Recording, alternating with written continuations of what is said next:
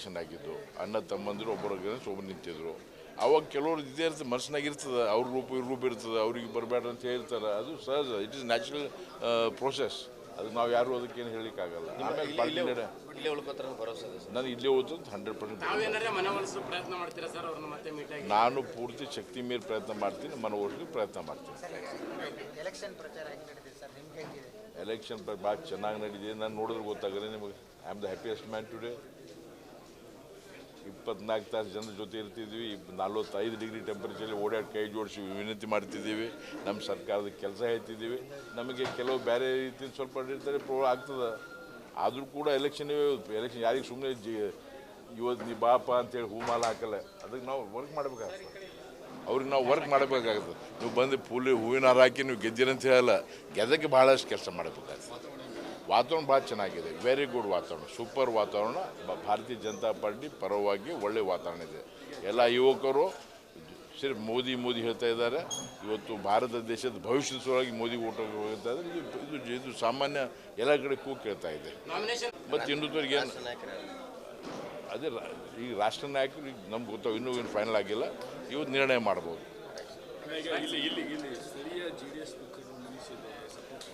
ಏನಿಲ್ಲ, JDS ಯಾವ leader ಮುನಿಸಿಲ್ಲ. ಇವತ್ತು ಮಾತಾಡಲಿಕ್ಕೆ ಇವತ್ತು ಎಲ್ಲರೂ ಕುಮಾರಸ್ವಾಮಿ ಜಿ ಹೋಗಿದ್ದಾರೆ. ಎಲ್ಲ ನಮ್ಮ ಗುರುಮಿಟ್ಕರ್ MLA, ನಮ್ಮ ಜೇವರ್ಗಿಯವರು ಎಲ್ಲರೂ ಹೋಗಿದ್ದಾರೆ.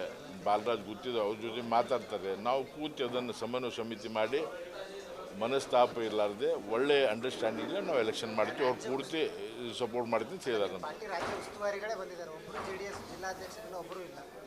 ನಾನು ಅದೇ ರಿಪೀಟ್ ಮಾಡ್ತಾ ಇದ್ದೀನಿ. ಇವತ್ತು ಸಾಯಂಕಾಲ ಕುಮಾರಸ್ವಾಮಿ ಜೊತೆ ಒಂದು ಡಿಸ್ಕಷನ್ ಇದೆ. ಅದು ಆದಮೇಲೆ ಅವ್ರು ಬಂದ ಮೇಲೆ ನಮಗೆ ಜಾಯ್ನ್ ಆಗ್ತಾರೆ, ನಮ್ಮ ಜೊತೆ ಇರ್ತಾರೆ.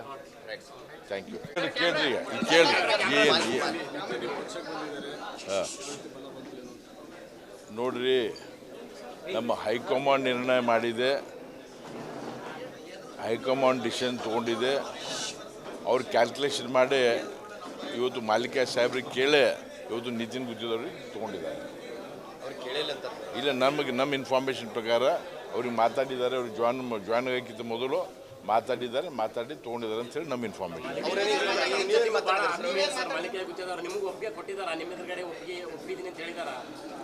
ನೋಡಿ, ಅದು ನಿಮಗೂ ಗೊತ್ತಿದೆ.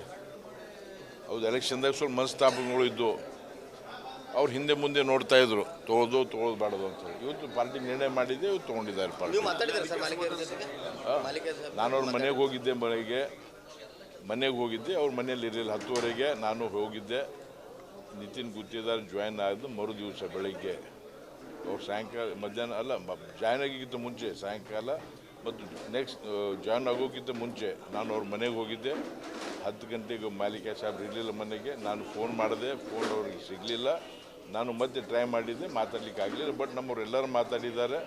ನಾನು ಟ್ರೈ ಮಾಡ್ತಾ ಇದ್ದೇನೆ, ಅವರು ಎಲ್ಲರಿಗೆ ಮಾತಾಡಿದ್ದೇನೆ. ಅವರಿಗೆ ಅವರು ನಮ್ಮ ಭಾರತೀಯ ಜನತಾ ಪಾರ್ಟಿ ಬಿಟ್ಟು ಹೋಗಲ್ಲ ಅಂತೇಳಿ ನಮ್ಗೆ ಇಂಡಿಕೇಟ್ ನೋಡು.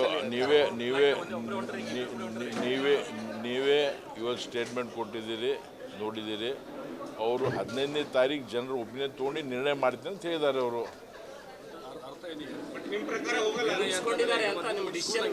ಏನು ಹೇಳಿ ಅಲ್ಲ, ಆಯಿತು.